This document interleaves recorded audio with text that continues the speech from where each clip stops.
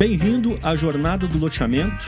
Eu sou Deni Lambi, CEO e diretor da Lotenet, e esse é o seu podcast sobre o mercado de loteamentos. Bem-vindo à Jornada do Loteamento. Eu sou Deni Lambi, CEO e diretor da Lotenet, e esse é o seu podcast sobre o mercado de loteamentos. Antes de iniciar nossa jornada de hoje, inscreva-se no canal do YouTube, Lotenet Brasil, ative o sininho e nos siga também no Instagram, @LotenetBR. Por áudio, estamos em todas as plataformas de streaming, só procurar por Jornada do Loteamento. E, para iniciar a nossa jornada, hoje nós vamos receber uma convidada muito especial que vai tratar de um assunto que, a princípio, seria denso, né? Mas a Raquel gosta de falar que não teremos juridiquês. É extremamente necessário que a parte jurídica de loteamentos. Raquel é advogada, especialista em direito imobiliário, com ampla atuação na área de urbanismo, sócia do escritório Barcelos Advogados, sólida experiência no atendimento consultivo e contencioso de loteamentos, diretora institucional da Comissão de Direito Imobiliário da OAB, aqui em Minas Gerais, e membro do Ebradim. Bem-vinda, Raquel Barcelos. Muito obrigada, Deni. Primeiro, te agradecer por esse convite. É um convite muito honroso, né, de fazer parte dessa jornada, né? A gente falou em jornada do loteamento e a gente começa aqui a nossa jornada. Tomara que seja de muito sucesso e eu acho que com todos que a gente está pensando em trazer aqui, a gente vai ter muita experiência para trocar e a jornada vai ser longa e muito rica, né? Amém. Então, assim, a jornada do loteamento a ideia começou de um insight, de uma brincadeira, em que a gente ficava imaginando se a gente pudesse gravar todas as conversas que a gente tem num ambiente informal, né? Num almoço, que a gente fica batendo papo sobre as dificuldades, sobre os desafios do mercado, numa viagem, né? E aí a gente pensou, por que não gravar tudo isso? E aí surgiu a ideia de criar o podcast, né? Tantas viagens em campo, né? Tantas fazendas visitadas, tanto cafezinho tomado com o dono da fazenda, né? Então, e voltando disso, as conversas são muito boas. Mas eu também não posso deixar de falar que é uma honra mesmo estar aqui com você, Deni. Assim, a gente está há algumas décadas, né? Já. Pode falar, não? Revela a idade. Construindo aí nossas vidas, né? Em cima de fazer lote, né? Nas mais variadas facetas aí, né? E a gente sempre junto, então, assim, eu admiro demais seu trabalho, né? Essa iniciativa, esse colocar para cima, esse comercial. E estamos juntos aí nessa jornada, te admirando e seguindo em frente, tá? Você sabe que a recíproca é verdadeira. Não poderia deixar de falar isso, né, da minha admiração aí por você.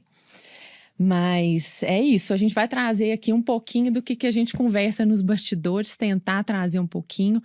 Hoje a gente combinou de falar um pouco, vamos falar de uma forma geral aí, do que seria o nascimento e o desenvolvimento de um loteamento, do ciclo, né?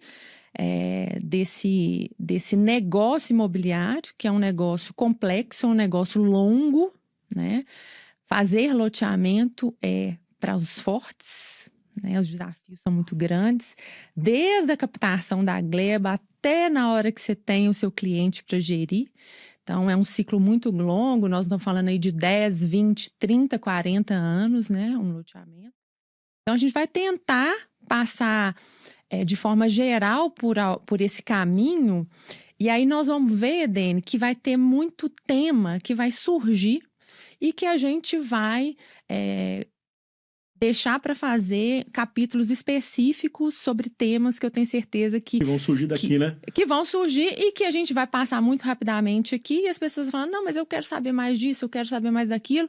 E aí é importante também que as pessoas deixem para a gente essas sugestões, o que é mais importante aí, o que é de mais interesse, para a gente se aprofundar e aí também eu vou trazer colegas, enfim, a gente vai bater um papo mais específico em temas que sejam de interesse de cada... Pessoal, então eu vou chamar e vou fazer um pedido para vocês, né? Assim, a nossa ideia é auxiliar realmente o mercado de loteamento. Então, você que está escutando, você que está assistindo pelo YouTube, enfim, qual é a plataforma que você esteja utilizando, que seja mais confortável para você, e você pensa em assuntos que sejam necessários, que você quer explorar, não deixe de nos avisar através do canal que você achar que você estiver assistindo. Então, se você está assistindo agora pelo YouTube, aproveita agora, já coloca lá o seu comentário, cara, gostaria de explorar tal assunto, tá? Ou ao longo dessa conversa, se você perceber, teve um insight e percebeu a necessidade de um assunto, não deixe de comentar, tá bom? Não deixe de postar para a gente saber o tipo de conteúdo que a gente pode explorar. Vamos começar? Vamos. Vamos lá? Raquel, eu queria fazer uma dúvida, né? Toda vez que um loteador nos procura a Lotenet para fazer o processo de venda, né? Processo de marketing, processo de venda, planejar o processo de lançamento, invariavelmente eu entro em contato com você, né? Quase que 100% das vezes eu entro em contato com você. Que bom. E eu sempre indico a Lotenet, que é a melhor vendedora de lote do Brasil. E aí, a gente percebe... qual que é a palavra para isso? A gente percebe uma insegurança, né? Por parte do loteador em vários aspectos do negócio dele. Tanto na parte de contrato, de compra e venda, a parte de contrato em que ele está fazendo com o dono do terreno. Ou seja, em vários momentos deste negócio, a parte jurídica se torna necessária, né? Então, eu acho que o que é o primeiro ponto? Qual a importância do jurídico para um loteador? Para um loteamento ou para um loteador? Eu não vou querer puxar a sardinha muito aqui para mim, não, mas eu vou falar isso da experiência dos meus clientes loteadores, né? A gente vê um negócio mais perene e com um pouco mais de segurança, porque no Brasil falar de segurança jurídica é muito complicado, mas a gente vê na prática que essa perenidade, essa administração mais tranquila, ela vem de um processo de acompanhamento jurídico desde o início, né? Então, assim, o loteador, ele interessa por uma fazenda, né? Acha bacana o lugar, o potencial de crescimento das cidades, né? Até porque a gente está falando de lote, a gente está falando de loteamento. Então, nós estamos falando de crescimento de cidade. Nós estamos falando de um imóvel aonde nascem todos os imóveis, né? Sempre bom falar. É o início de tudo. É o início de tudo, né? Então, um prédio vem de um lote, uma casa vem de um lote, um comércio vem de um lote, um clube vem de um lote. Enfim, nós estamos falando do imóvel, da origem de todas as cidades, né? Então, é muito importante quando o loteador vai lá, ele vê o potencial de crescimento da cidade para aquele lado e aí ele faz a captação da gleba dele. Importantíssimo aí o jurídico, né, na avaliação urbanística dessa fazenda. Essa fazenda, ela está dentro do zoneamento adequado, dentro do plano diretor, ou é uma cidade que não tem plano diretor, ou é uma cidade que está passando por uma revisão de um plano diretor.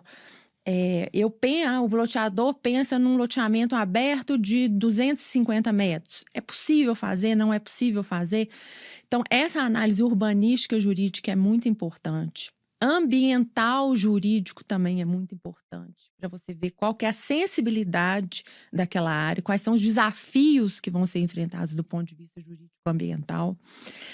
Aí, ok, você passou por uma captação de uma gleba, e o que a gente chama, né, em direito, em escritório de advocacia, de uma due diligence, que é uma análise, nada mais do que uma análise jurídica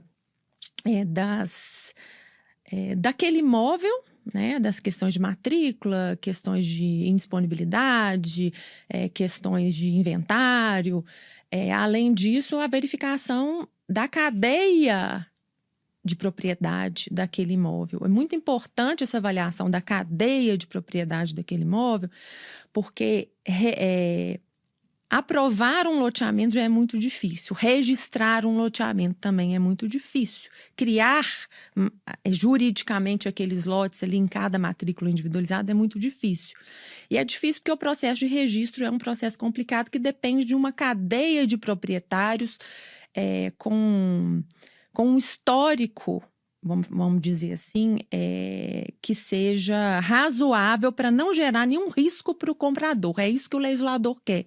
Então, a gente tem que, na hora da captação de uma gleba, já começa a atuação ali do advogado, né? A verificação dessas questões todas.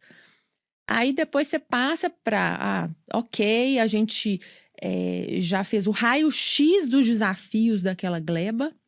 Porque não quer dizer que a gente vai ter gleba perfeita para fazer loteamento. Isso não existe, né? Eu nunca vi, né? Sempre tem um desafio. Sempre tem algum problema. Sempre tem um desafio. Um desafio. Então, passou por aquele momento ali da escolha da gleba, com um auxílio jurídico ali mesmo.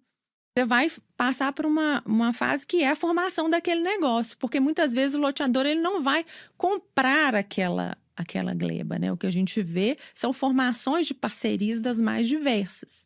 Até mesmo se se voltar num modelo mais tradicional, que é a compra daquela fazenda para fazer um loteamento, é um contrato de compra e venda, assim, que não é simples, né? Já é um contrato que, pelo diagnóstico que você fez ali daquele terreno, ele já te desafia a colocar cláusulas mais específicas ali, a proteger um pouco as duas partes mesmo, né? Porque o negócio pode não dar certo e você vai ficar com uma fazenda que você vai criar boi ali, né? Então, a gente tem que pensar do lado do loteador. Ele também tem que ter saídas ali numa compra se o loteamento não for viável. Até porque o processo de aprovação é extremamente incerto, né, Raquel? Assim, o risco para o loteador é muito grande. O risco para o dono do terreno, claro, é o fato de que depois de ter passado um período, aquilo não se viabilizar, né? Assim, então, existe houve uma expectativa, essa expectativa foi frustrada. É isso. Agora, para o loteador, não. E o que eu digo muito nas reuniões de negócio é quando vem, né, o dono do terreno com essa insegurança. Mas eu estou passando o terreno, você vai ficar 2 anos trabalhando no terreno sem me dar certeza que vai virar o loteamento. Pois é. É isso mesmo. É isso mesmo. É isso mesmo. É isso mesmo. E não vai ser nenhum loteador diferente aqui de quem está aqui na sua frente, que trabalhe bem, né? Que vai chegar num resultado diferente. Não, recentemente, aqui, eu estava em reunião com donos de terrenos, loteador, e eu estava no meio do processo, até porque esse loteador nos contrata para ajudar no processo de formatação de produto, né? E aí eu tive que me posicionar numa área que normalmente eu não me posiciono. Mas o dono do terreno estava falando exatamente isso. Ele falou assim, mas você vai ficar 2 anos. Você não está me dando segurança de que você vai conseguir aprovar. Então, eu quero uma cláusula, para mim, de saída.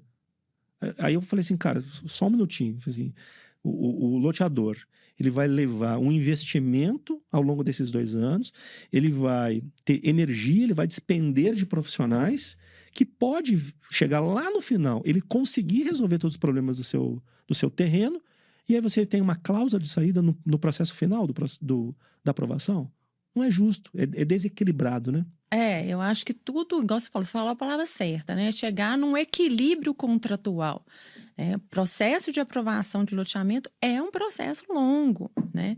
Eu sempre, às vezes até parece que não é muito comercial, mas, né, acompanhando negócios aí há muitos anos, a gente tem que ser muito claro com o dono do terreno. Né? O loteador, ele entra com a seriedade, ele entra com o investimento, ele entra com o esforço, e de outro lado, ele também tem que ter a segurança de que aquela gleba está realmente disponível para aquele todo investimento.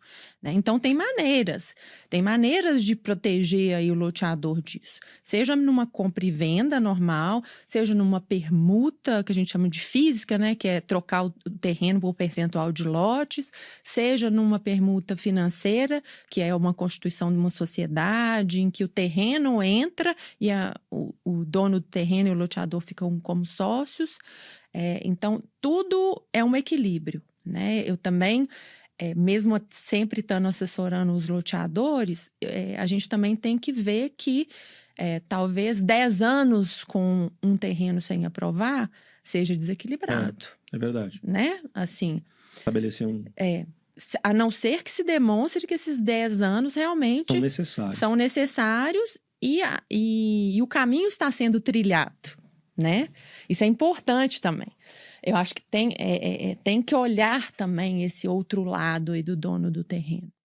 Mas o loteador tem que ter segurança para investir. A gente sabe que, dependendo do projeto, é muito dinheiro investido em estudos ambientais, em projetos urbanísticos, em regularizações imobiliárias, porque a maioria dos terrenos tem questões para serem resolvidas.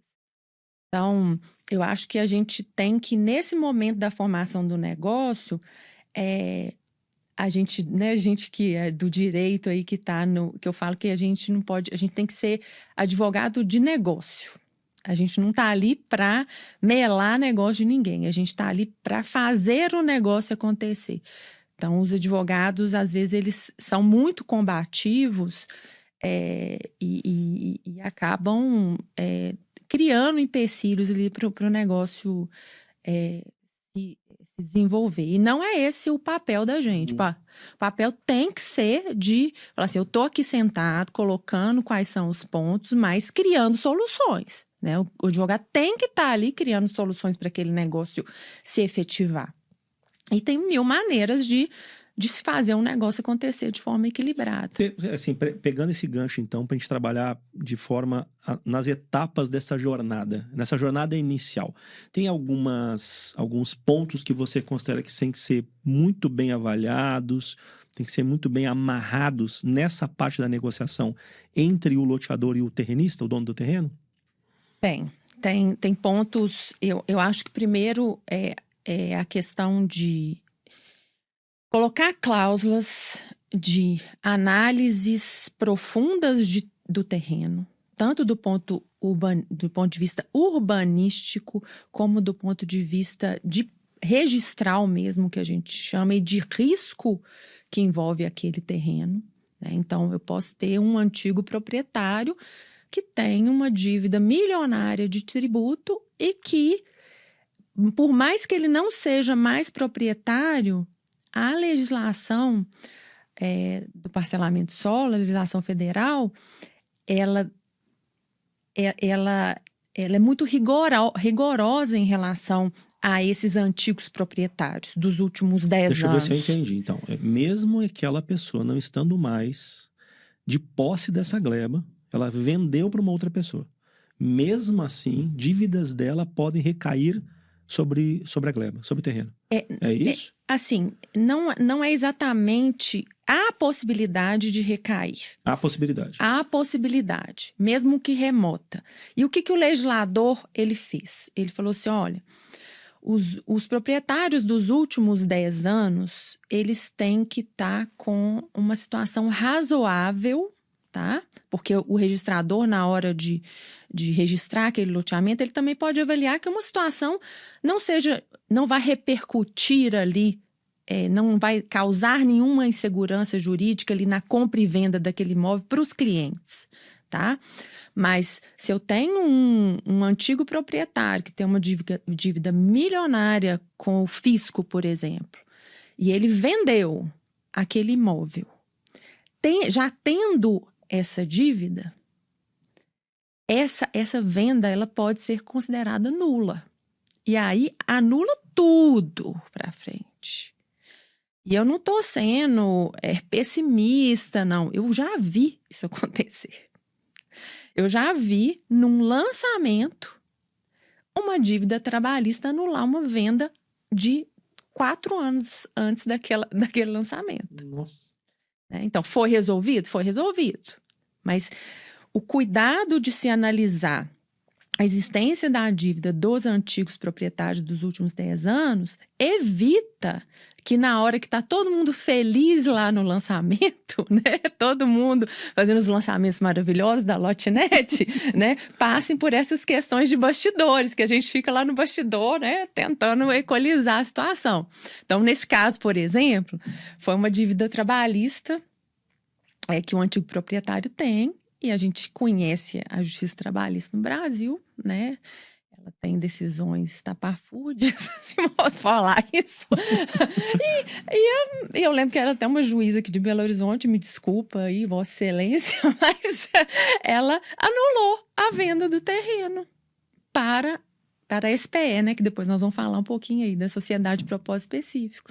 E, por consequência, tudo que foi feito foi feito para frente, inclusive o registro do loteamento foi anulado. Nossa. Então, a dívida, que bom que era uma dívida pequena, pagável, mas passou-se um susto. Então, assim, você fala assim de cláusulas para se ter cuidado. Segurança, né? Segurança. Às vezes o loteador ele não vai querer investir ou poder investir numa contratação, por exemplo, de uma due diligence antes de fechar o contrato, né? O negócio, né?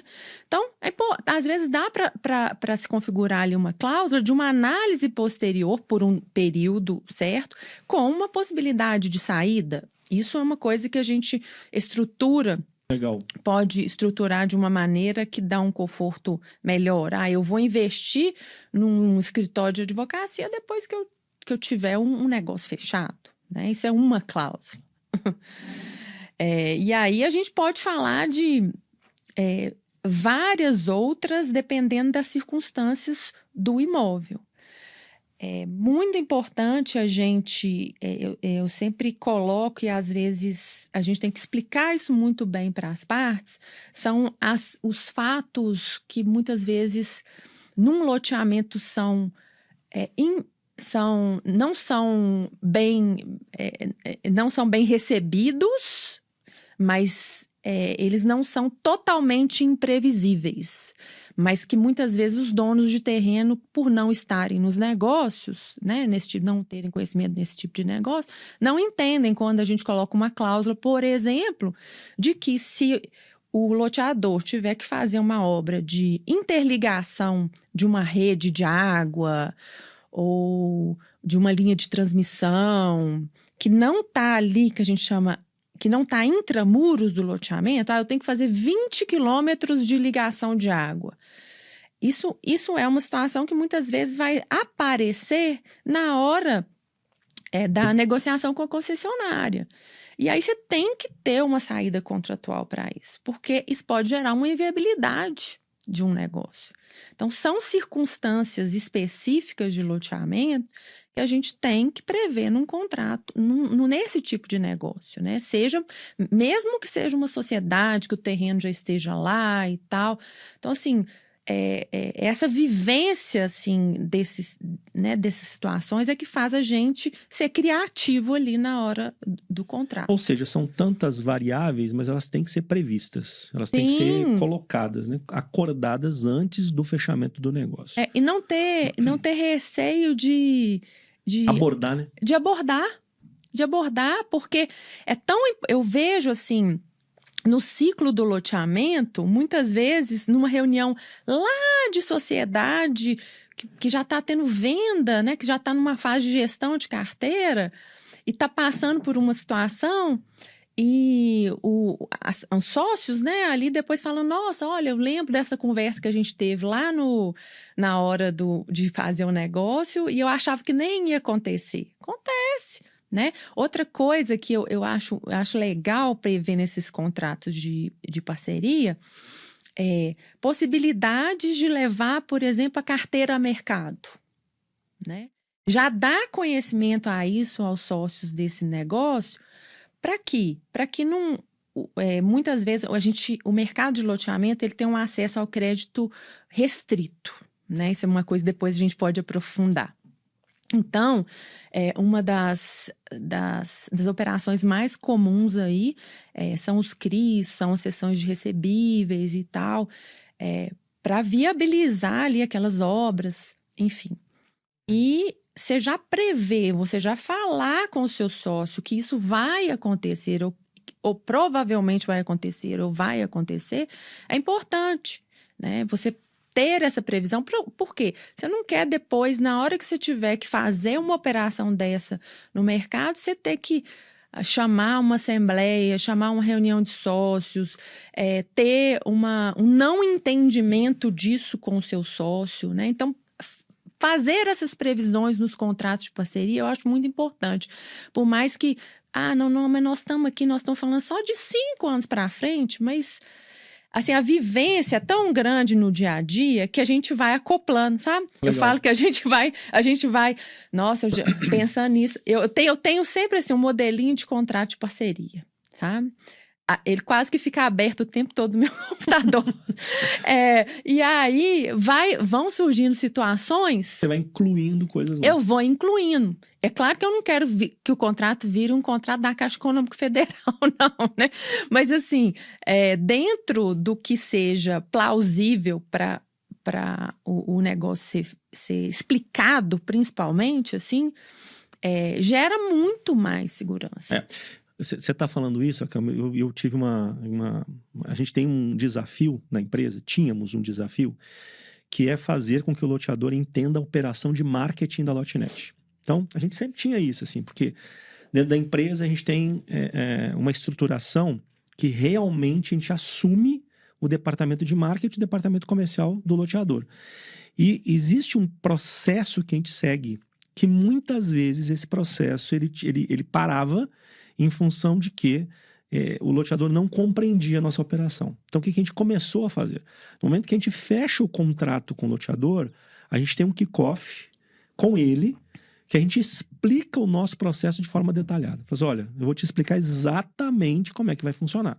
Vai chegar desse jeito, nós vamos fazer o orçamento das peças, vamos fazer o processo de análise orçamentária, vamos te enviar, como é que você quer que seja aprovado.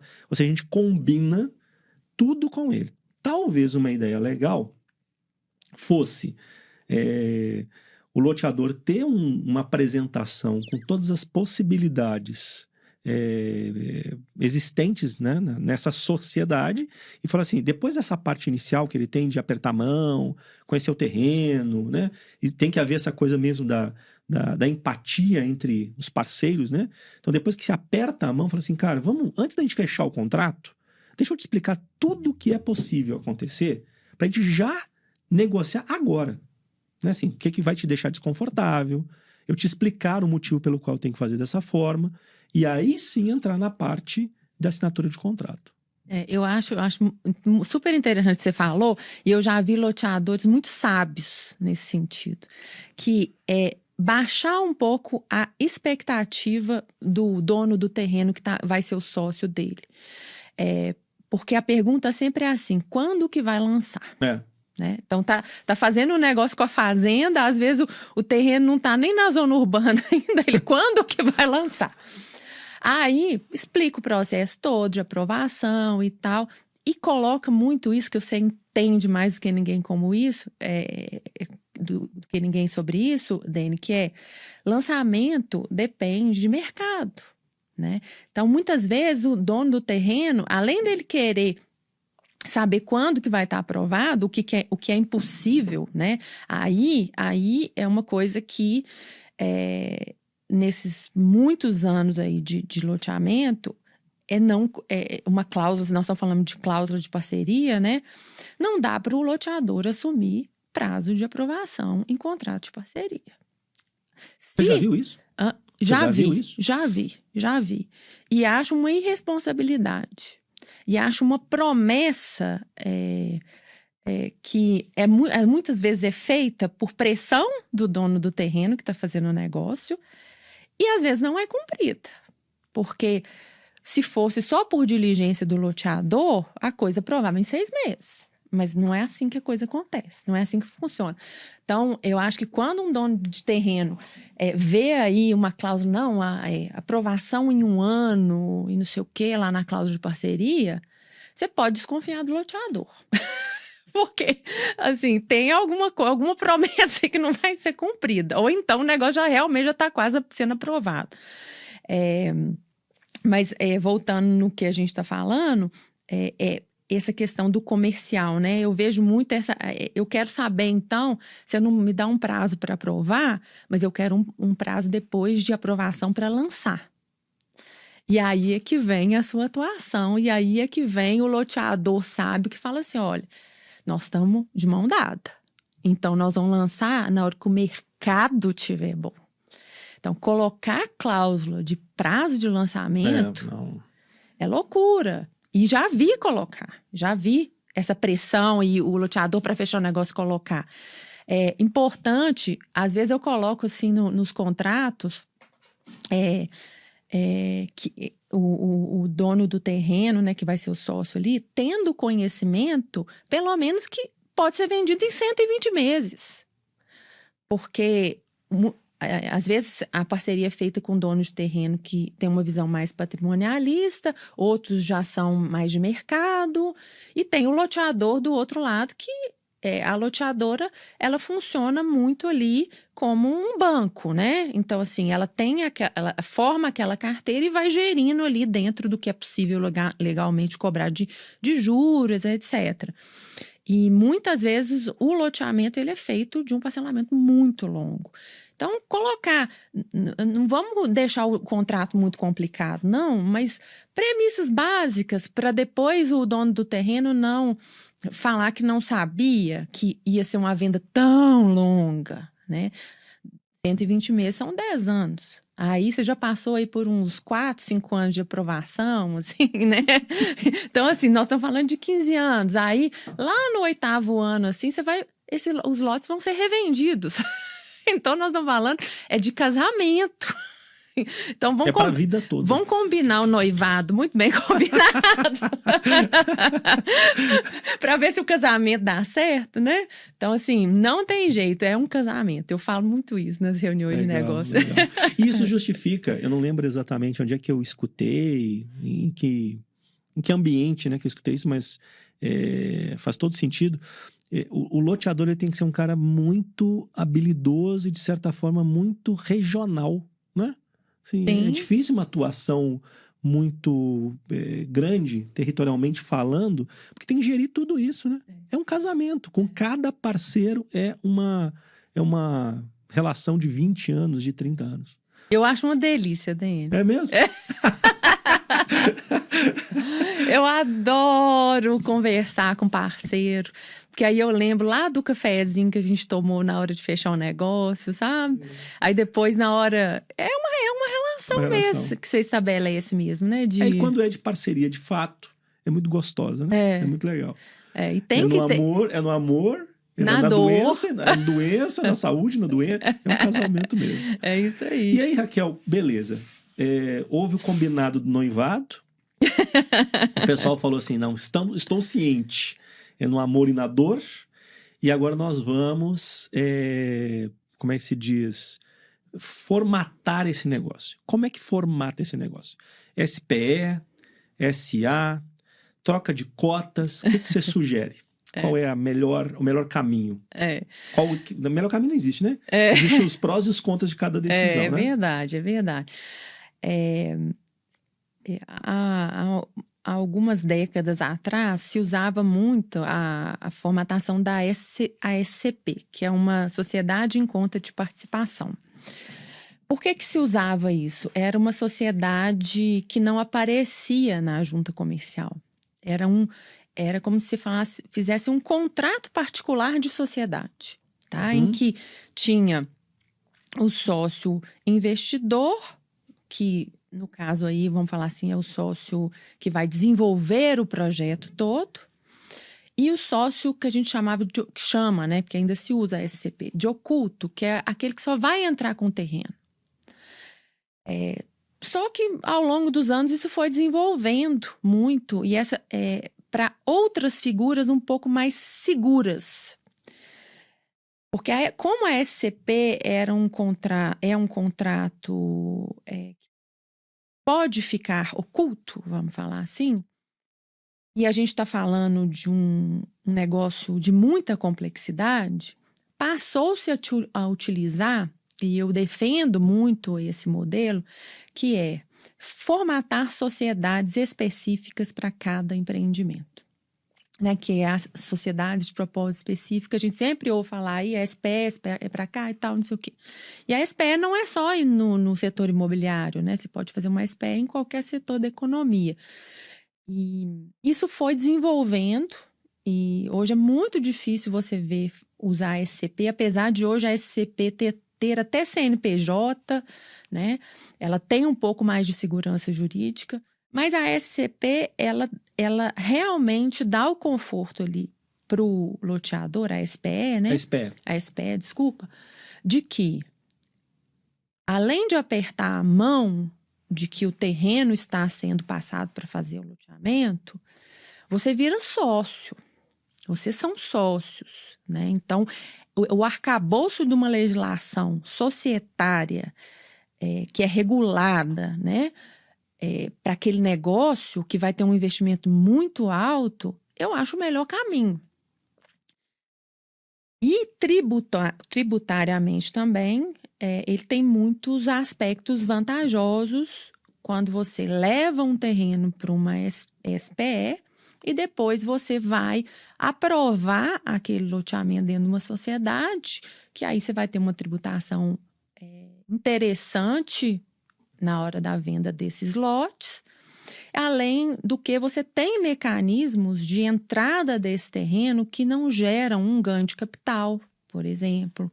Então, assim, tem mecanismos que são vantajosos para todos, né? Tanto para o dono do terreno como para o loteador. Então, a sociedade de propósito específico, para mim, é o caminho mais certo. Assim, tem mais algum senão?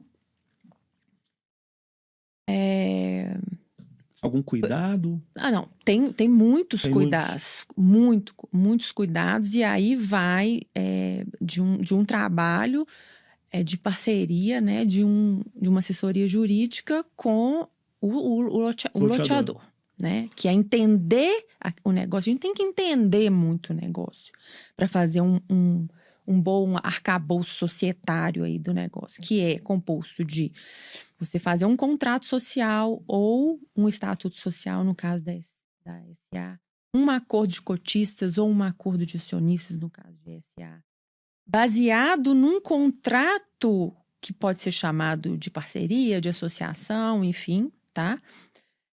Então, é um kit aí de um negócio que dá para a gente criar muitos cenários jurídicos e societários que na hora que der algum problema, a solução está ali dentro. Não se trava nada por conta de uma questão que surgiu ali.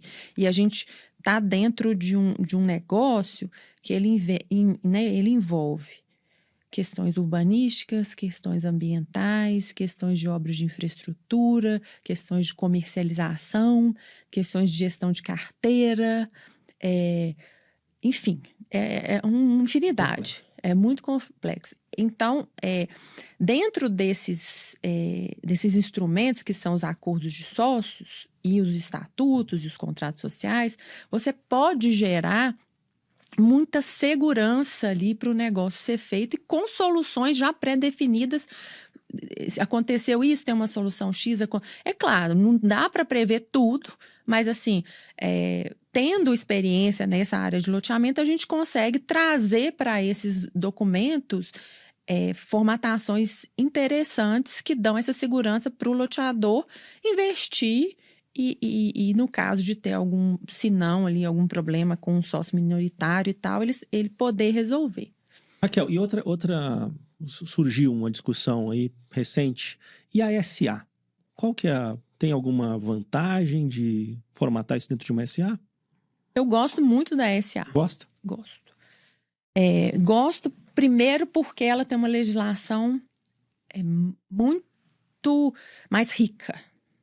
Então, eu tenho uma lei de SA específica com soluções, com quórums de abrangência muito maior, com mecanismos societários muito mais ricos mesmo. Então, você gera um conforto jurídico muito bacana. Eu gosto da SA primeiro por causa disso, tá? A limitada, ela é uma sociedade regida pelo Código Civil. Ela tem lá um capítulo específico e você pode se utilizar das regras da SA como regras subsidiárias na limitada. Mas ainda assim, a SA ela dá um conforto maior, porque eu já vi discussões, por exemplo, de que determinadas regras da SA utilizadas como subsídio não poderiam ser utilizadas na limitada, porque elas se contrapõem. Então, falar a melhor sociedade é uma SA. E muitas vezes as pessoas, elas falam, mas eu vou fazer uma SA, o negócio é muito complicado, não sei o quê. Aí a pessoa pensa em capital aberto, a pessoa pensa em bolsa, a pessoa pensa... Gente, nós estamos falando de uma sociedade anônima, geralmente de capital fechado, né? É uma sociedade ali específica, vamos falar quase que limitada, né? Não vamos poder falar limitado para não confundir com a sociedade limitada. Mas é uma sociedade anônima de capital fechado. E hoje ela está muito mais simplificada, né? Hoje as publicações são todas feitas de forma eletrônica. Ela tem algumas exigências maiores do que a limitada. Depois a gente pode até entrar num episódio específico sobre isso. Mas eu acho que para o loteador, ela gera mais conforto por causa dessa riqueza de detalhes que ela tem e que muitas vezes você não precisa, como ela tem uma lei muito bacana, você não precisa trazer aquele tanto de coisa para o seu contrato ou para o seu acordo. Sabe? Porque você tem o subsídio ali. Já está previsto. Exatamente. E tem outras vantagens também. Assim,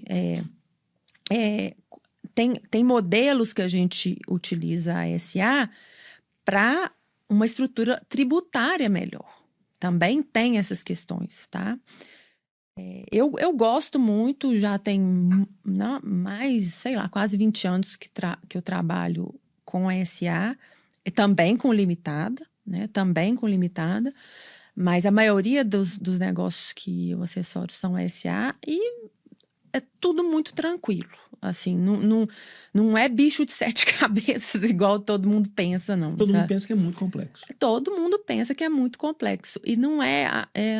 Recentemente eu estava conversando com um loteador jovem que está começando a entrar na área de loteamento e ele foi muito resistente à sociedade anônima. E aí a gente bateu muito papo sobre SA, um menino muito proativo, com muita sede de conhecimento, assim. Depois ele viu, falou, não, isso é simples. E assim, operou você opera 70, sabe, assim.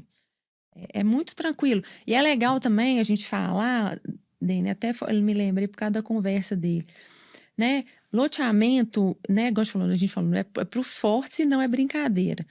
Então, a gente está falando aqui de jurídico, mas é importante demais ter uma assessoria comercial igual a sua, ter uma assessoria contábil que sabe mexer com loteamento. Loteamento não é incorporação, loteamento é loteamento, né? Loteamento é outro bicho. Uma assessoria ambiental, uma assessoria de gestão de carteira bacana, né? Então, assim... É um período muito longo de negócio. Sabe que, Raquel, quando a gente estava formatando a jornada do loteamento, a gente teve exatamente essa reflexão, que o herói do negócio é o loteador. É um cara muito corajoso, né, cara? Assim, tem que ser muito corajoso. E para que o herói cumpra a sua missão, ele precisa ter assistentes, ajuda, né? Apoio, que são de profissionais que auxiliam exatamente nos campos que são os campos mais importantes, sem dúvida nenhuma. Eu queria explorar um outro campo do seu conhecimento, Raquel, que é o seguinte. Fechou o negócio, definiu-se, enfim, todas as possibilidades se previu tudo, se formatou o contrato, apertou a mão do terrenista. assinou o acordo. Então, vamos desenvolver o produto. E, recentemente, nós tivemos evoluções para a possibilidade de desenvolvimento de produto, né? Antes, a gente tinha somente a 6766, que definia o parcelamento do solo, né? Assim, o loteamento ou o desmembramento. E nós tivemos, recentemente, o desenvolvimento de leis específicas, né? Que é o condomínio de lotes, né? E o condomínio fechado, né? São leis específicas, além de já existir o chacreamento.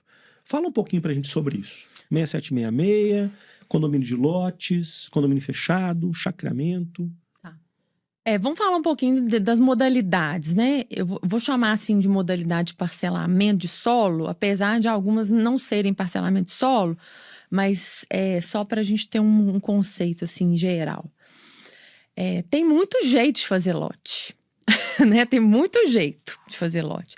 As duas formas mais clássicas são o loteamento e o desmembramento.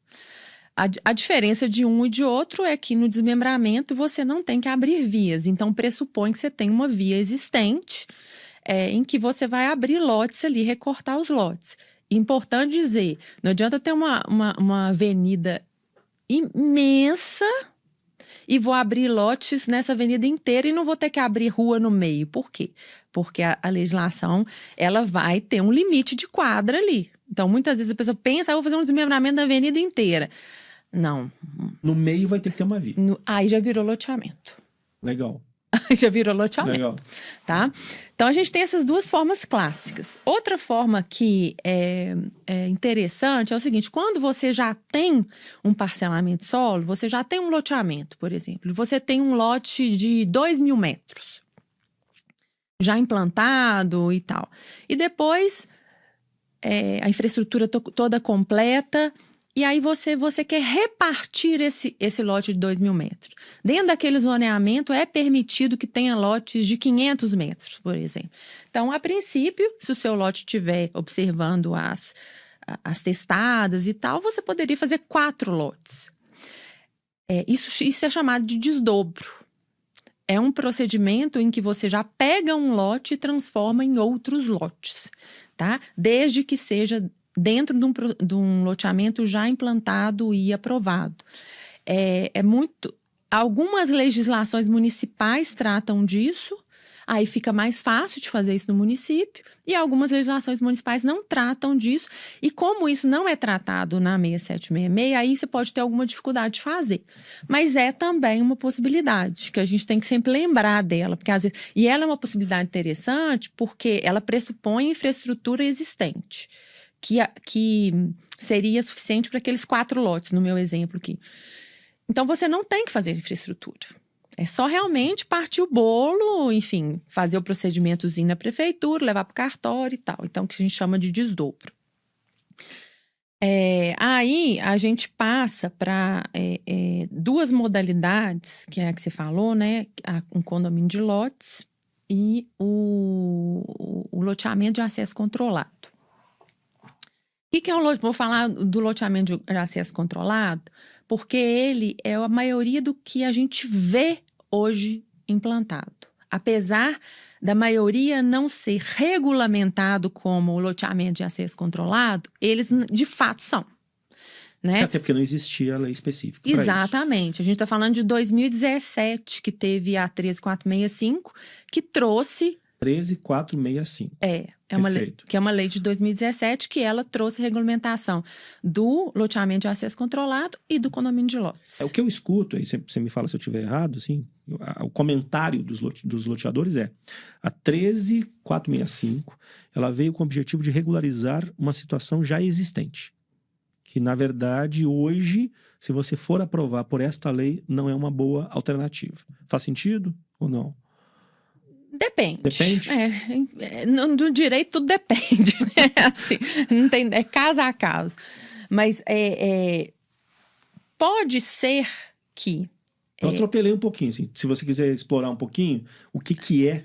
É até pra gente chegar nessa conclusão exatamente. ou não, né? Isso.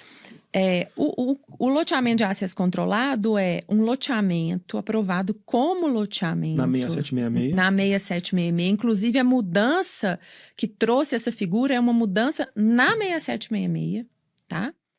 Então, as vias são públicas, existem as áreas institucionais, tem aquela exigência de ser um bairro, né? Integrante daquela cidade. Ele tem que se interligar com aquela cidade.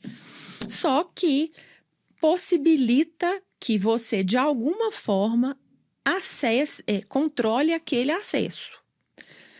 As vias continuam públicas. Pode até haver um contrato que a gente chama entre município e a associação de moradores, que é um contrato de concessão de uso de área pública, em que a associação vai cuidar daquelas vias públicas, daquela iluminação pública, etc. Mas as vias, em tese, elas continuam públicas, tá? Elas são de propriedade do município.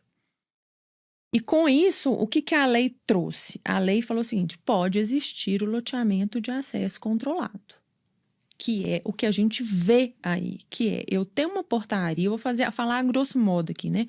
Você tem uma portaria em que o seu porteiro vai pedir identificação, em que você vai ter uma associação que vai cobrar uma taxa por aquele cuidado das áreas comuns, e você vai ter algum ato municipal em que vai regular isso como loteamento de acesso controlado.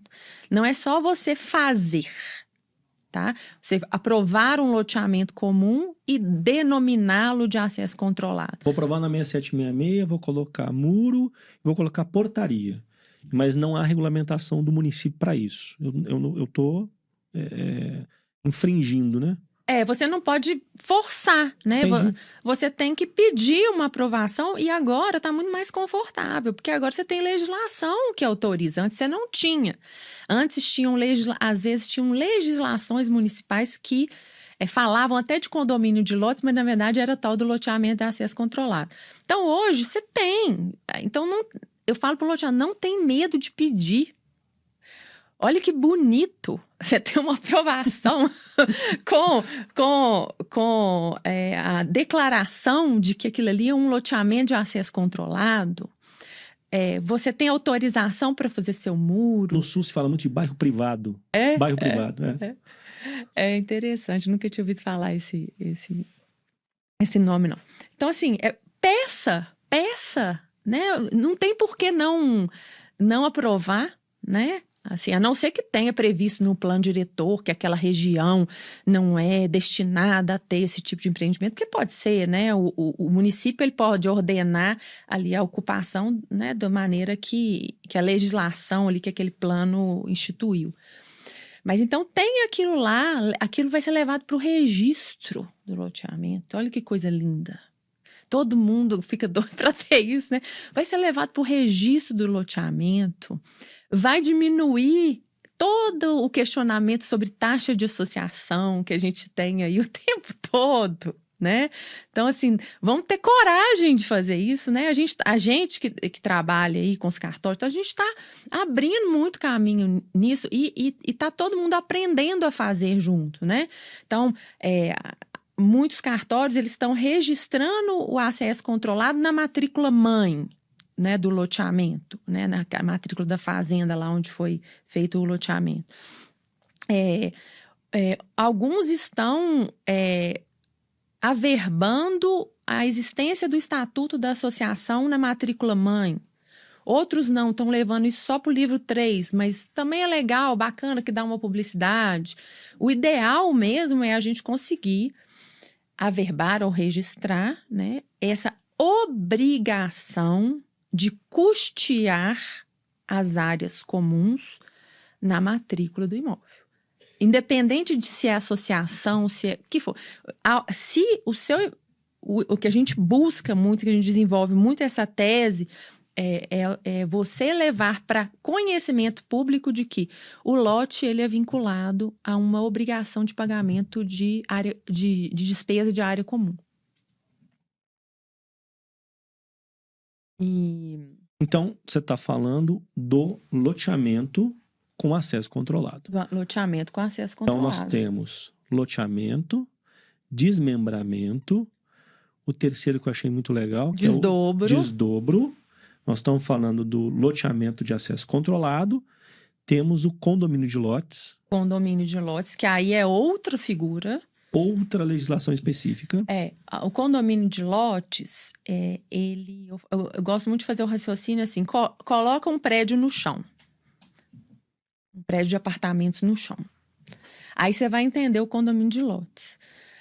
Porque aí nós vamos estar numa gleba completamente particular, que não tem áreas públicas, tá? Pelo menos dentro dela. Pode até ter algumas legislações que vão pedir área institucional fora. Tem algumas legislações municipais que pedem, mas a legislação federal, ela não, a princípio, ela não pede áreas institucionais, então, em tese, você teria um ganho muito grande de área num condomínio de lotes. Só que o município ele tem que regular o condomínio de lotes. Isso é uma coisa na doutrina que foi muito discutida quando surgiu em 2017 a lei, se poderia automaticamente aplicar o condomínio de lotes. Tem município que aplica só com a mudança do Código Civil, com a mudança no Código Civil. Outros não, outros doutrinadores e tal entendem que precisa ter uma legislação municipal para regular o condomínio de lotes. E os municípios estão fazendo. Uns acertam, outros não acertam, outros mexem e tal, mas estão fazendo. Condomínio de lotes é o seguinte, você vai ter o seu lote, ele não vai ser constituído integralmente só por aquela parcela ali do seu lote. Ele vai ser constituído sobre uma parcela da área comum.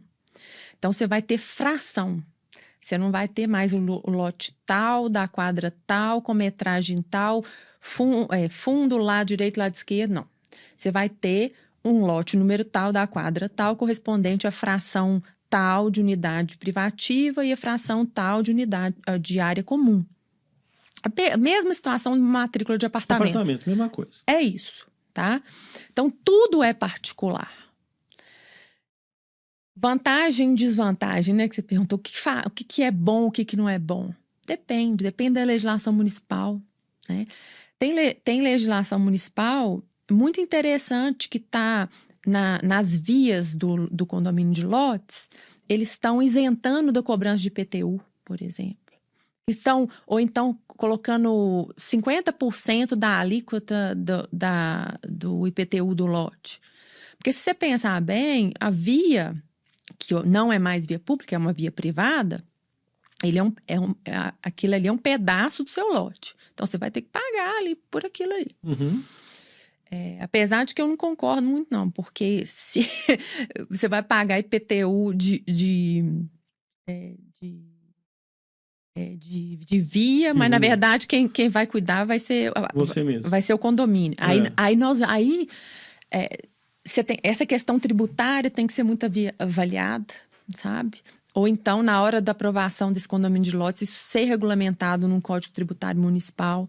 Então essas coisas elas têm que ser vistas porque tudo parece muito lindo, mas esses detalhes impactam.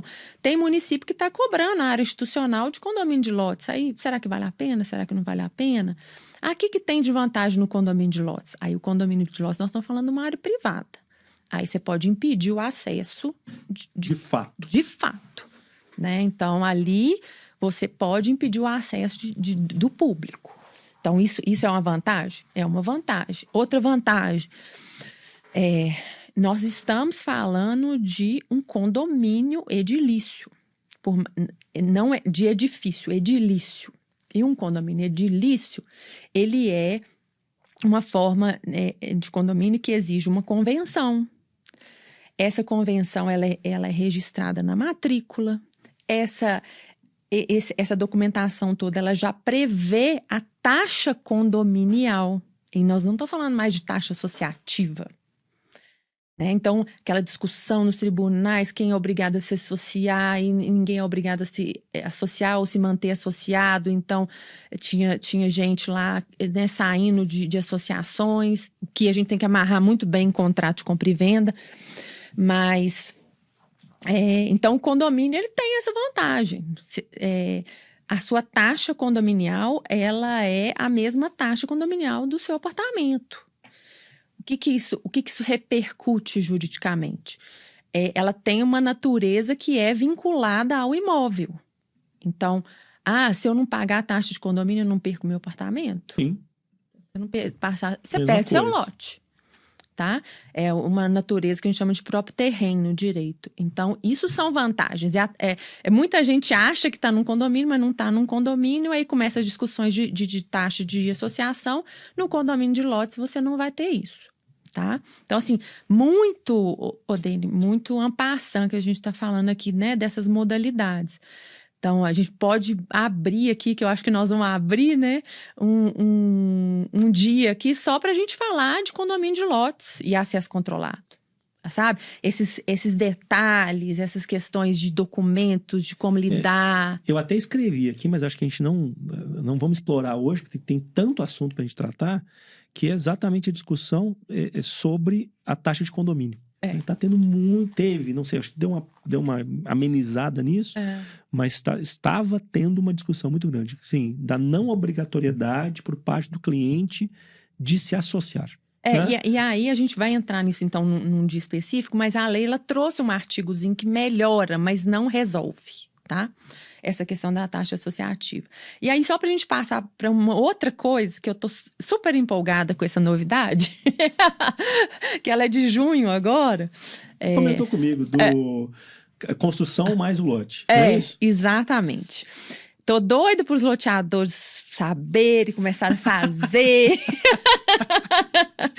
Porque, às vezes, o loteador ele foi tão impedido de fazer isso que nem entra na cabeça dele fazer casa com lote, né?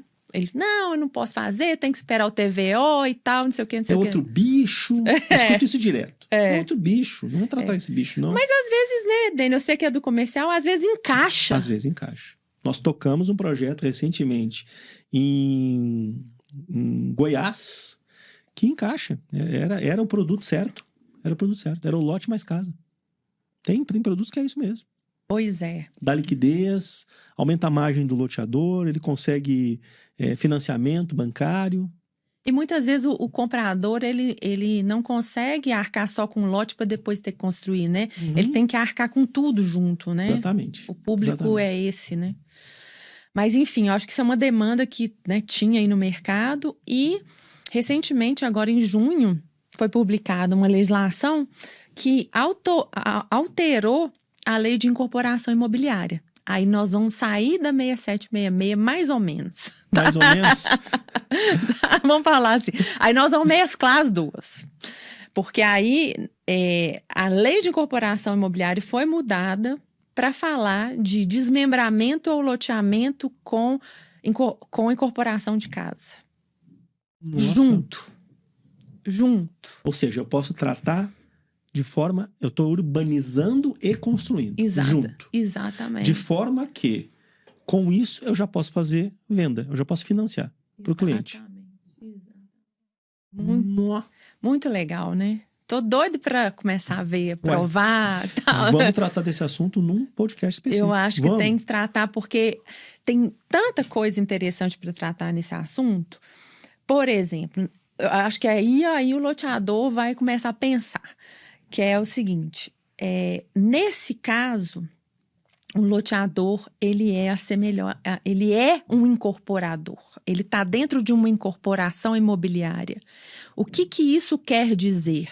Que ele pode instituir patrimônio de afetação, que ele pode estar submetido ao regime especial de tributação, que é menor do que o 6.3, 73.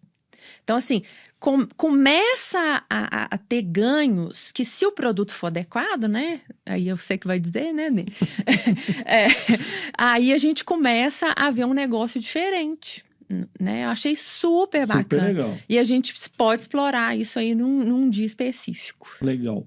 E tem um último, que é o chacreamento. Não, tava quase esquecendo do chacreamento. Não esqueço do chacreamento, não. O chacreamento tá em alta agora, né? Alta. Pois é. Aí, Eu vou até tecnicamente me colocar aqui, nós não estamos falando de lote urbano, tá? Aí apesar da gente estar na nossa jornada de loteamento aqui, mas não é lote. Não, É rural. não é lote. Lote é conceito de imóvel urbano, né? Lote tem uma definição na 6766. Chacreamento é outro bicho, igual você falou. É outro bicho. Legal esse conceito. Legal. Então, assim, nós temos que falar disso, porque é o mercado dos loteadores, mas não é loteamento. E eu acho um produto sensacional em algumas situações, né? O que é o chacreamento? O chacreamento é uma divisão de uma glebona rural em glebas que tenham que obedecer à fração mínima de parcelamento. O que é a fração mínima de parcelamento? Cada município tem o seu... essa definição é municipal. Né? A gente ouve muito falar aqui no nosso entorno aqui, né, em 2 hectares. Então, vamos só para a gente ter como exemplo aí. Então, você pode pegar uma fazenda maior, dividir ela no INCRA em glebas menores, desde que elas respeitem a fração mínima de parcelamento, e vender essas glebas. Só que isso não pode ser desvirtuado para um contexto urbano, sabe, Dene? Esse que é o grande problema do chacreamento. Eu lembro que a gente fez um lançamento, Raquel, no Vale do Aço, Minas Gerais. A gente estava junto nessa, né? Sim. E que teve todo um cuidado jurídico para que eu pudesse fazer o trabalho de comunicação. Exatamente. E que não poderia dar nenhuma conotação urbana. Você lembra das nossas reuniões, né? Eu bravo demais com você. Não pode colocar Land Rover, não pode colocar... Não, Land Rover até podia. Né? Não, mas não pode colocar o Porsche, né? Não pode colocar o jet ski. Nós vamos voltar ao contexto, né? Sair do contexto de lazer, porque, infelizmente, a gente tem um conceito urbanístico definido de que lazer é urbano. Então, até hoje, esse é um conceito urbanístico que a gente não tem como, né, dizer que não existe. Então, quando eu estou fazendo lazer, eu estou fazendo urbano. Quando eu estou fazendo urbano, eu tenho que fazer parcelamento de solo. Nesse caso lá do Vale do Aço, a gente ainda tinha uma premissa interessante que os sítios de recreio, eles eram regulamentados pelo INCRA. Então, por conta dessa situação, dessa instrução específica, a gente utilizava os sítios de recreio dentro da fração mínima de parcelamento. Hoje não tem mais isso. Hoje deu tanto problema, se desvirtuou tanto o chacreamento, porque aí a gente vê um tanto de chácara de 5.000 metros e tal, não sei o que, que o INCRA falou assim, peraí, eu não aprovo empreendimento, eu só divido fazenda. Então, revogou essa instrução normativa, que era 17B. Foi recente isso, Raquel? Não, já tem uns 5 anos, eu acho. Já tem uns 5 anos, acho. Revogou, e aí todo mundo ficou no limbo. E agora? E agora? O que pode fazer?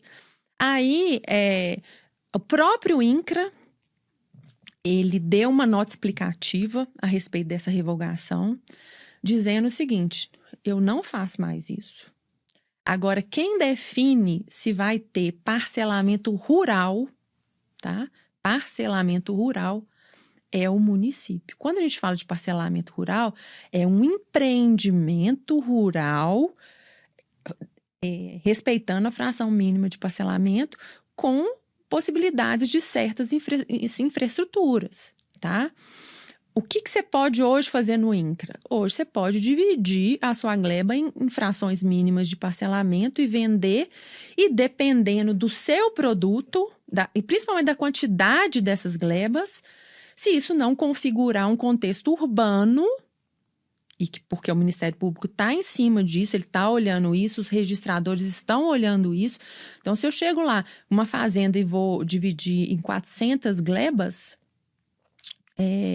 eu posso fazer isso, é minha propriedade, meu direito de propriedade. Mas aí, se você coloca a propaganda de que vai ter infraestrutura, vai ter poste, vai ter pavimentação, vai ter rede de esgoto, vai ter área comum, não sei o quê, não sei o quê, não sei o quê. Aí fala, não, isso aqui não é uma divisão de fazenda. Isso aqui é um loteamento. Você vai ter que aprovar isso aqui. E, geralmente, quem faz isso é porque está na zona rural, não consegue, né, o zoneamento para fazer um loteamento. Então, são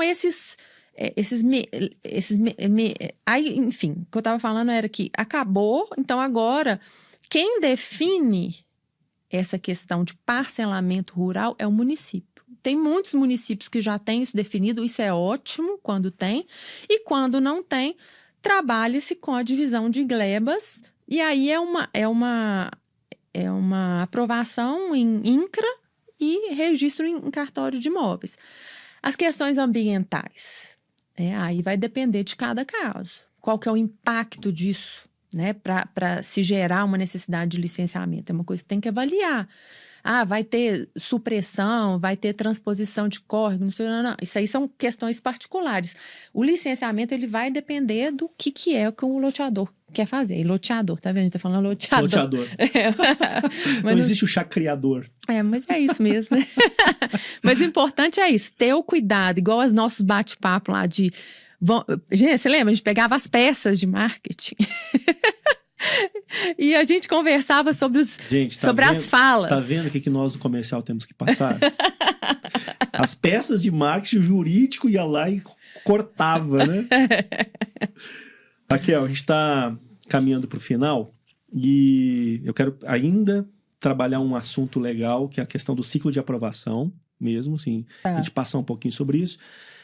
Mas antes da gente passar para este assunto, eu quero aproveitar para agradecer aqui o pessoal do Estúdio 767, parceiraço nosso, que abraçou a nossa causa.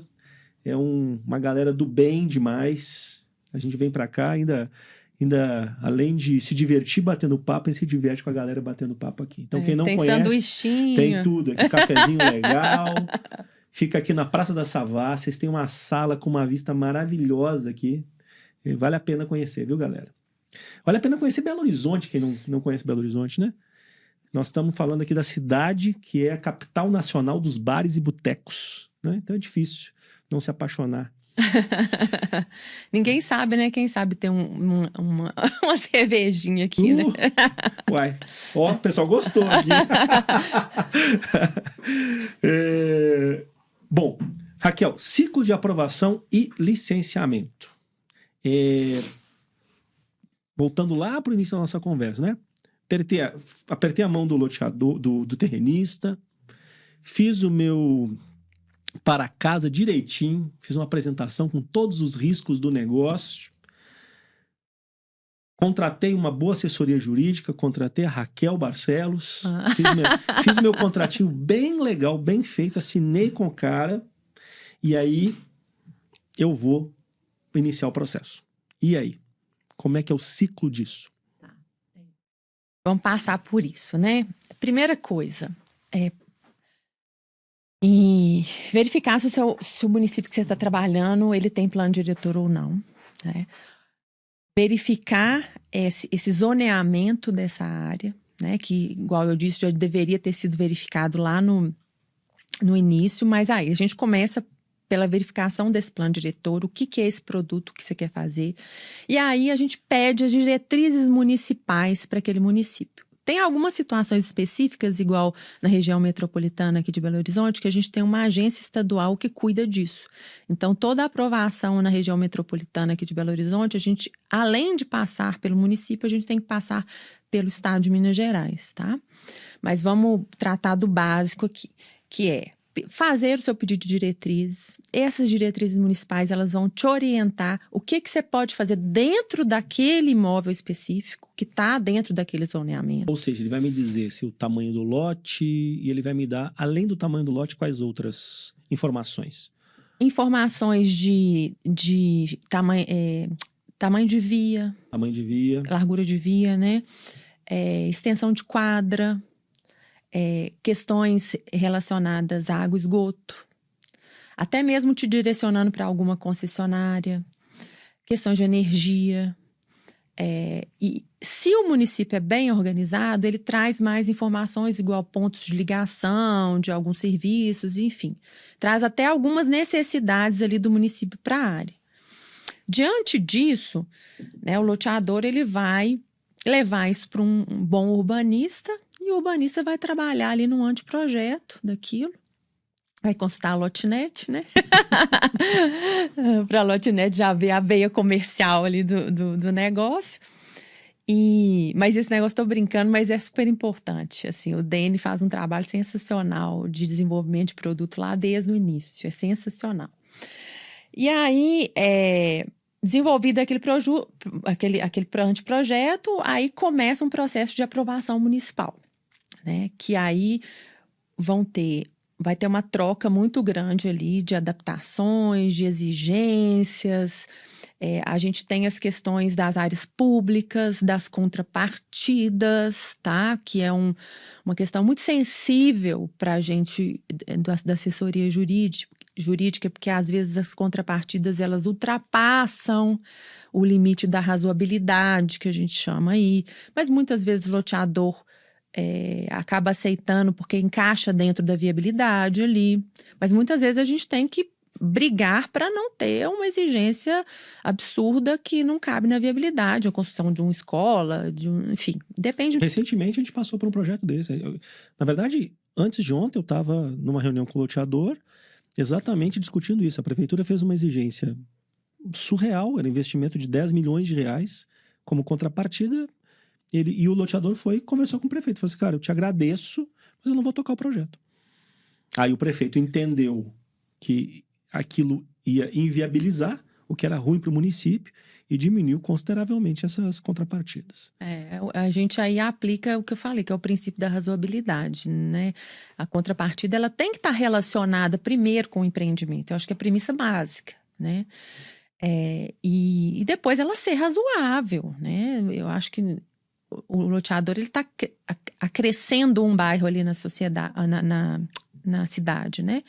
Então, é até interessante ele contribuir ali com a cidade, ele está chegando, muitas vezes está chegando, né? Enfim, mas também tudo tem que ser razoável, né? Tem uma viabilidade. Hoje, com, né, a alta aí da construção, dos preços de construção, né? O que a gente tem visto aí no mercado de loteamento, mudança completa do cenário das parcerias, dos percentuais das parcerias sendo renegociadas, né, Raquel? Ou rescindidas, porque às vezes não se consegue chegar numa renegociação, porque realmente tudo mudou muito, né? Fala-se de aumento médio de 90%, Raquel. Olha pra você ver. Eu tô ouvindo, assim, coisas absurdas mesmo, assim. E participando muito de reuniões de renegociação e que são reuniões e que são pleitos justos dos loteadores, sabe? Porque realmente não inviabiliza. E aí você está com um processo de aprovação dentro do município, né? Você está batendo bola ali, técnico com técnico, desenvolvendo o seu projeto. Paralelamente, se há necessidade de um licenciamento ambiental, geralmente a gente roda com isso paralelamente nos órgãos ambientais, sejam municipais ou estaduais, dependendo do porte do empreendimento. E às vezes o próprio empreendimento ele é dispensado de licenciamento. Mas nesse caso também você tem que processar até se chegar nessa tal dispensa.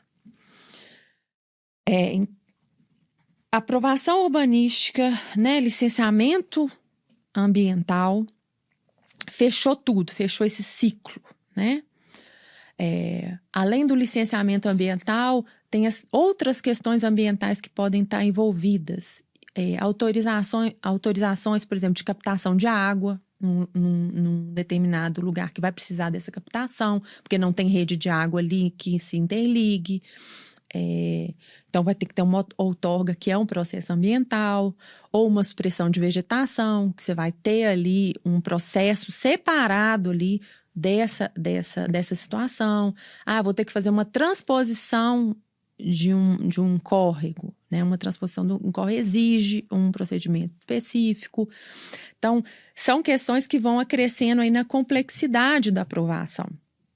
E Às vezes você tem um processo de licenciamento bem complexo que envolve até, por exemplo, monitoramento de fauna por um período. Às vezes você tem que ficar 1 ano vendo onde que a raposa passa. Existe, né? Dependendo do porte do empreendimento. Então tá, aí você passou por aprovação urbanística, licenciamento ambiental, as suas autorizações ambientais, né, para determinadas obras. Você tratou também com o município, dependendo, ou com as concessionárias estaduais ou municipais dos serviços públicos de água, esgoto, iluminação, quais são as premissas, quais são os quesitos aí, o direcionamento mesmo ali para você fazer a sua obra. É importante ver isso no processo de aprovação, por mais que depois você tenha que voltar lá e aprovar, porque aí você vai ver se roda ou não roda a sua viabilidade dentro desses serviços públicos, né? Chegou no momento que, enfim, sai o decreto de aprovação, geralmente é um decreto municipal, e esse decreto ele vai aprovar aquele loteamento. Agora, lembrando, eu acho que eu pulei uma coisa que todo loteador passa, ele vai falar assim, não é tão simples assim, né? Não, às vezes, na maioria das vezes, a gente tem que passar por um processo de regularização imobiliária, que aí não tem nada a ver com prefeitura, nem nada, mas a fazenda não está com a área correta, a fazenda não está georreferenciada. É a maioria, né? A fazenda tem um gravame... Tem um gravame, tem um inventário ainda a ser resolvido, tem que ser são glebas que têm que ser unificadas, porque o loteamento ele tem uma premissa de que a área onde vai ser desenvolvido o loteamento tem que ser a área de aprovação. Então, se você tem uma gleba, por exemplo, de 100 hectares e você vai fazer um loteamento numa área de 30 hectares, você tem que retirar e criar essa gleba base, né, de 30 hectares ali no registro de imóveis. Então, esse processo também, dependendo da situação, é bem complexo, né? Então, tem unificação, desmembramento, retificação de registro das várias formas. E você chega lá no seu decreto e isso já vai ter que ter ocorrido. No seu decreto, você vai ter um termo, que geralmente é chamado de termo de compromisso, cada município tem um nome, em que o loteador vai se comprometer ali com o município, com as obras que ele tem que realizar, num determinado prazo. Hoje a gente tem até um prazo mais flexível na 6766, que antes era 2 mais 2 anos. Hoje é 4 anos mais 4 anos. Isso não quer dizer que é automático. A gente fala isso, toma muito cuidado na hora de falar isso, a gente é advogado, porque fica parecendo que não. Se eu não fizer em 4 anos, Não é não. Você tem que justificar, porque nesse termo de compromisso, você se comprometeu, por exemplo, a fazer em 3 anos. Então, para você tem um conforto legislativo de pedir uma prorrogação, mas tem que ser uma prorrogação justificada, no meu entendimento. Quem que aprova isso? Município. Município. Mas você tem o conforto da legislação federal hoje, né? Desses 4 mais 4. Então, você assume ali o seu compromisso, vai haver ali todas as obras que você tem que executar, todas as obras de infraestrutura, né? A gente fala, a grosso modo, pavimentação, rede pluvial, rede de esgoto, iluminação pública. Faltou algum? É isso, né? Acho que é isso, né? Se me faltou algum, vocês me desculpem. tô me veredando em coisa que não é minha. Mas você se comprometeu com aquilo ali num determinado prazo, com um cronograma físico-financeiro atrelado, né? Então, o município sabe quanto você vai gastar ali, quanto você se comprometeu a gastar. E por que saber quanto que você vai gastar? Porque é com base nisso que geralmente se estipula a garantia que é dada ao município. Então, essa garantia, ela vai fazer com que o município tenha a segurança de que, se o loteador não conseguir fazer, o município ele tem que fazer. Porque o município, a partir do momento que ele aprova, ele tem a obrigação de fiscalizar. Ele está crescendo um bairro dentro da cidade. Então, ele tem uma uma responsabilidade solidária ali. Tanto que qualquer ação judicial que você vê aí de Ministério Público contra loteador é sempre contra o loteador e o município. Porque o município, ele também tem esse encargo. E daí que vem a necessidade do calcionamento dos lotes. Isso. Né? E que sempre vem a pergunta para mim, Dene, pode vender ou não pode vender lote calcionado?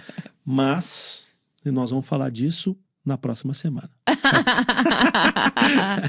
Então já um spoilerzinho. Nós vamos falar na semana que vem, nós vamos falar de contratos de compra e venda. Não é isso? Isso, a gente já deixou isso marcado. Então deixamos isso marcado. E lembrando que toda segunda-feira, 7 horas da manhã, no YouTube ou por áudio, na plataforma de streaming que você mais gostar, você vai encontrar o conteúdo sobre loteamento, sempre procurando por Jornada do Loteamento.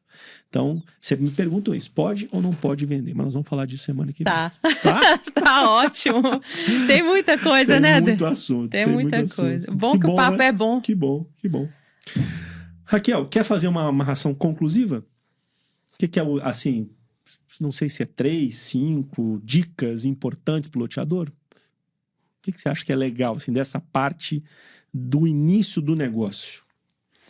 Eu acho que é muita cautela na análise da gleba que está sendo negociada, muita cautela com os proprietários e os antigos proprietários, muita cautela no formato desse negócio e nessa coragem de abrir o que é o negócio para o dono do terreno.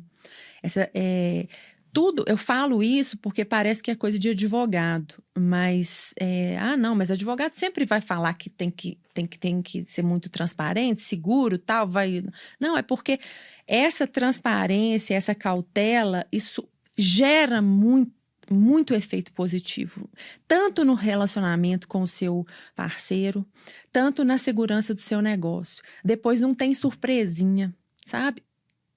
Não tem muita surpresinha, né? Porque surpresinha vai ter, né? Surpresinha sempre vai ter. Mas é isso. Eu acho que assim, é cautela, sabe? É cuidado o tempo todo. A gente sempre tem que lembrar que o loteador, ele tem uma responsabilidade muito grande. Porque ele está mudando o contexto urbanístico de uma cidade. Né? Não é simplesmente construir um prédio. Ele está criando um bairro. E com isso vem todas essas especificidades, essas complexidades que a gente adora, né? Mas essa cautela, lidar com o negócio de forma cautelosa, sabendo que tem que ter uma assessoria multidisciplinar aí, né? Ninguém trabalha sozinho, ninguém sabe de tudo, né? A gente bate bola o tempo todo. Eu aprendo o tempo todo, né? Tem quase 20 anos que eu mexo com loteamento, eu aprendo todos os dias. E tô aberta a aprender todos os dias, né?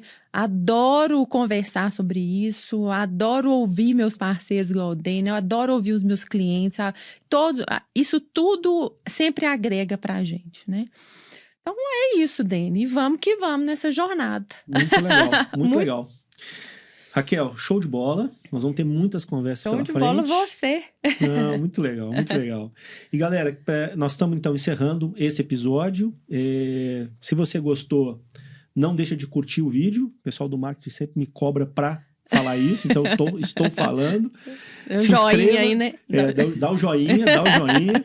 E se você acredita que esse conteúdo pode ajudar algum amigo, algum parceiro, compartilha também, tá bom?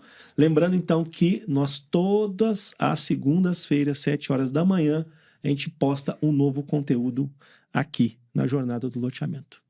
Valeu, galera. Um abraço, gente. Até a semana que vem.